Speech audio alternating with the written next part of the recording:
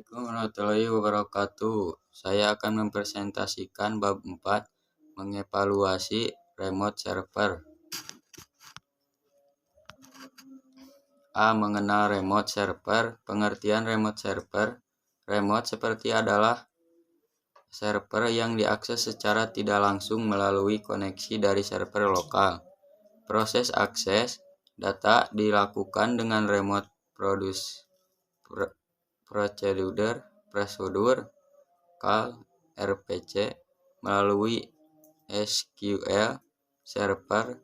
Klien hanya memiliki satu koneksi ke server lokal yang kemudian meneruskan permintaan ke remote server.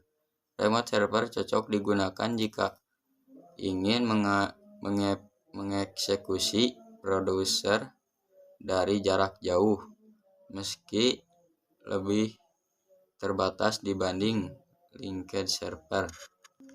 Kelebihan remote server: akses jarak jauh tetap mudah jika terkoneksi jaringan, dapat menyalakan, mematikan PC, dan mengontrol penuh. Fitur komunikasi, video call, dan chat. Kekurangan keamanan rendah.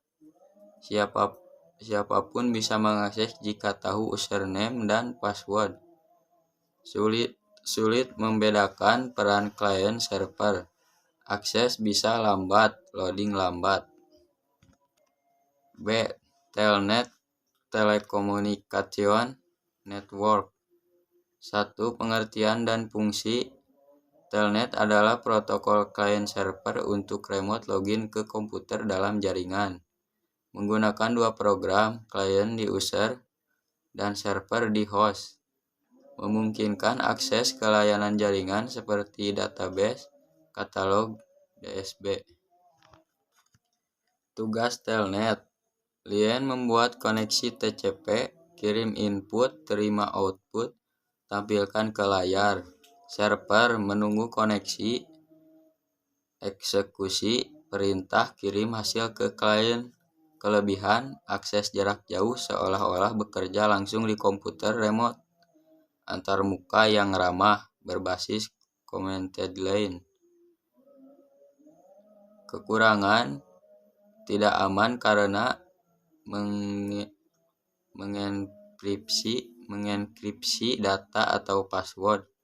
Sangat rentan terhadap sniffing. Disarankan digunakan SSH sebagai alternatif aman. C. Secure Shell. Pengertian Secure Shell. 1. SSH Secure Shell adalah protokol jaringan yang menggunakan enkripsi untuk komunikasi data yang aman. Umumnya digunakan di Linux, Unix untuk mengakses remote dan menggantikan Telnet, FTP, dan RSH yang tidak aman. 2. Fungsi SSH: menggantikan protokol lama Telnet, FTP yang tidak aman, menyediakan keamanan autentikasi dan enkripsi, digunakan untuk mengontrol server secara remote, transfer file aman, membuat tunnel aman untuk lalu lintas data HTTP, FTP, POP3.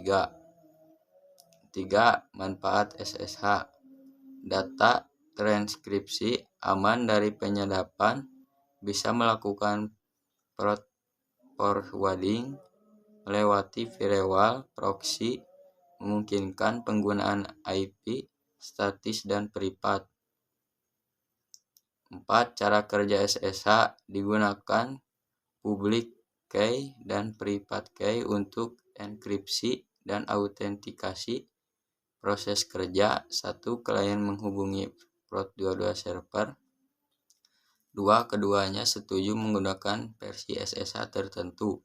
3. Tukar public key dan host key. 4. Tentukan algoritma enkripsi. 5.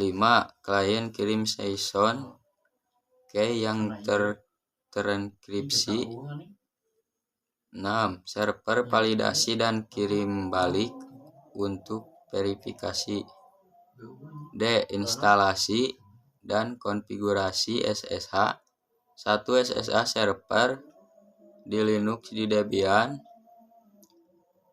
Pastikan repository Linux Debian sudah disiapkan untuk bisa menginstal paket SSH. Install SSH server agar sistem bisa diakses secara remote. SSH 2. SSH client PuTTY dan WinSCP. PuTTY aplikasi SSH client berbasis CLI Command Line Interface.